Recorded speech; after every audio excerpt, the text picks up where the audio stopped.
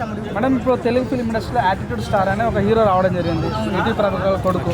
Song వాడింది, చూసారా song? చూసాము. ఎలా అనిపించింది సాంగ్? అదేంది సాంగ్? ఎవరిని గుంజుతాడు? అది ఏమన్నా సాంగ్? అది సాంగ్స్ అంటే ఎలా ఉంటాయి మీకు తెలీదా? ప్రతి ఒక్కరూ తెలుసు. సాంగ్ అంటే అబ్బా ఇలా ఉండాలి అలా ఉండాలి అని చెప్పేసి ఒక మంచి ఇప్పుడు పెద్ద సాంగ్ వచ్చిందయ్యా, ఎంత సోషల్ మీడియాలో పోయింది. ఆ డ్యాన్స్ కూడా ముసలోళ్ళు కూడా చేస్తున్నారు కూర్చొని. అలా ఉండాలి.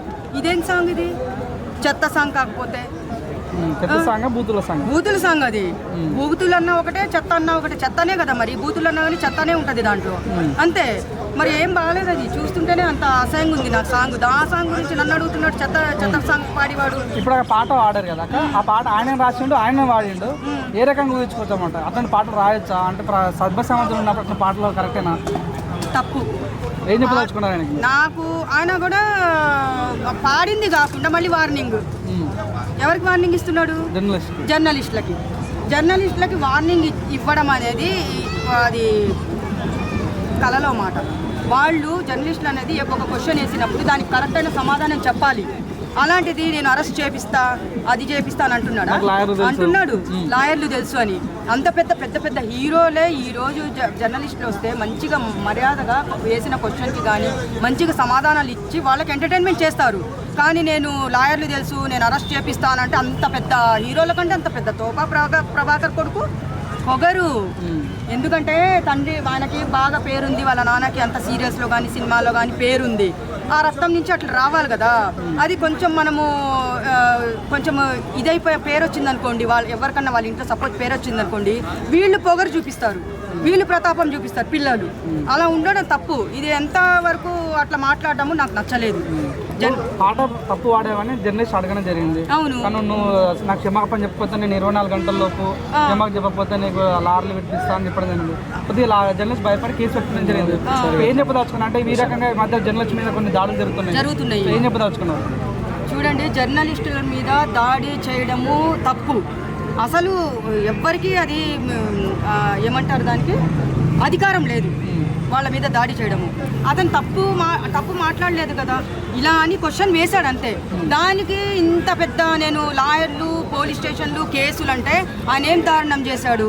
క్వశ్చన్ అడగడం తప్ప అది తప్పు కాదు, నా దృష్టిలో తప్పు కాదు. అడగాల్సిందే, ఏ జర్నలిస్ట్ అయినా కానీ అడగాలి. ఈ పాట ఇట్లా రాసుకోవడము, బూతులు పాటలు పాడడం అంటే అది అడగడం కోసమే అక్కడ జర్నలిస్టులని కానీ మీడియా వాళ్ళని పిలిపించుకున్నారు. అవును. అలాంటిది అక్కడికి వచ్చిన తర్వాత అట్లా ఇన్సల్ట్ చేయడం ఎలా అనిపిస్తుంది? అది నాకు నచ్చలేదండి. ఎందుకంటే ఇప్పుడు నేను కూడా మీరంతా ఎంత కష్టపడుతున్నారు, మీరు కూడా ఒకవేళ చూస్తే మీరు కూడా జర్నలిస్టులే అనడం తప్పు. నాకు అది మాత్రం ఎట్లా అనిపిస్తుంది అంటే చాలా ఘోరంగా మాట్లాడుతుంది అతను. అరెస్ట్ చేసి ఇప్పుడు అది ఏదో పెద్ద ఏదో ఆయన జర్నలిస్ట్ ఆయన ఏదో మాట్లాడినట్టు, ఆయనదే పెద్ద ఏదో తప్పైపోయినట్టు ఉందని అహంకారం వచ్చింది. అహంకారము ఎవరికి? అహంకారము వాడికి అహంకారము. ఎవరికి? ఈ చెత్త పాట పాడినోడికి, ప్రభాకర్ కొడుక్కి అహంకారము. జర్నలిస్టులే వాళ్ళు పిలిపించుకుంది, వాళ్ళే పిలిపించుకొని మళ్ళీ వాళ్ళ మీద కేసులు పెట్టాలంటే కేసులు పెద్ద లాయర్లు కేసులు అనేది పెద్ద ఫ్యాషన్ అయిపోయింది. చాలా ఫ్యాషన్ ఇది, మీకు అర్థం కావట్లేదు. ఆయన పేరు చంద్రహాసు. ఆయన ఏమంటారు అంటే మా నాయన పేరు నేను వాడుకుంటే ఇంకా పెద్ద హీరో అవుతుంది అన్నాడు. ఒకవేళ వాళ్ళ నాయన పేరు వాడుకుంటే ఆయన మనకు తెలిసేవాడా మీకు? లేదు. ఎలా తెలుస్తుంది? ఆయన ఎవరో కూడా మనకు తెలియదు. మన ఆయన పేరు ఉంది కాబట్టి నేను ఇంకా. వాళ్ళ నాన్న మనకెట్లా తెలుసు? ఈటీ ప్రభాకర్ కదా, బుల్లితెర మెగాస్టార్ కదా. అవును, ప్రభాకర్ తెలుసు. వాళ్ళ నాన్న మనకు తెలియదు, వాళ్ళ కొడుకు తెలియదు. ఇప్పుడు పాట పాడాడు, చెత్త పాట పాడాడు, బూతుల పాట పాడాడు కాబట్టి ఇప్పుడు తెలుసు వాళ్ళ కొడుకు అని. వాళ్ళ నాన్నగారిని కూడా మనం చూడలేదు. మహానుభావుడు పెద్ద ఫోన్ పట్టుకొని బూతులు మా పాట పాడాడు కదా, ప్రభాకర్ గారి కొడుకు అని అప్పుడు తెలుస్తుంది ఎవరికైనా సరే. ఏమన్నా మనకి పెద్ద మెగా ఫ్యామిలీలో అంటే ప్రతి ఒక్కరు తెలుసు. వాళ్ళ అమ్మ వాళ్ళ దగ్గర నుంచి, వాళ్ళ నాన్నమ్మల దగ్గర నుంచి మనకు తెలుసు. అలా మాట్లాడుకుంటే ఒక లెక్క. కానీ ఇలా ఇది వాళ్ళ నాన్నగారి పేరు, వాళ్ళ అమ్మమ్మ పేరు అని చెప్పేది అదంతా ఇది. అది అప్పట్లో సినిమాలు రిలీజ్ అవుతుంటే మంచి ప్రమోషన్ చేసేవాళ్ళు. ఇప్పుడు ఈ రకంగా సినిమా రిలీజ్ అవుతానే ఇట్లా పాటలు పాడటాలు, ఇట్లా రోడ్ మీదకి వచ్చి అభివృద్ధి చేయటాలు అంటే ప్రమోషన్లు బాగా ఏమైనా చేస్తారా అంటే మీరేం చెప్తారు? ప్రమోషన్లు అనేది నాయన మంచి సినిమాలు ప్రమోషన్లు మనం చూసాం, మనం అందరం కలిసే పనిచేస్తున్నాం. ఇక్కడ ఎట్లుండాలి అవి? ఏ విధంగా ఉండాలి? కానీ వీళ్ళు చేసే ప్రమోషన్లు చెత్త ప్రమోషన్లు. దాని గురించి నేను చెప్తున్నాను. చెత్త ప్రమోషన్లు అంటే వీడు సొంతంగా రాసుకున్నాడు ఆ పాట, పాపము ఆయన పెద్ద గాయకుడు అవ్వాలని, ఒక హీరో అవ్వాలని పాపం తపన పడుతున్నాడు కాబట్టి బుక్ అయిపోయాడు. ఇప్పుడు ఎవరైనా సరే జర్నలిస్టులు ఒక మాట అంటే ఎవ్వరు ఊరుకోరు, వాళ్ళని అనే అధికారం ఎవ్వరికీ లేదు, కొట్టే అధికారం లేదు. ఈ మధ్యన చాలా వస్తున్నాయి పాపం జర్నలిస్టులవి, వాళ్ళ కొట్టారు, అది న్యూస్లో మీరు చూస్తుంటారు. అది చాలా దారుణము. వాళ్ళు ఎంత కష్టపడుతున్నారు. ప్రతి ఒక్కటి ఈ జర్నలిస్టులు అనేవాళ్ళు, మీడియా అనేవాళ్ళు ప్రతి ఒక్కటి అందరికంటే ముందు న్యూస్లో తీసుకొని వచ్చేది జర్నలిస్టులే.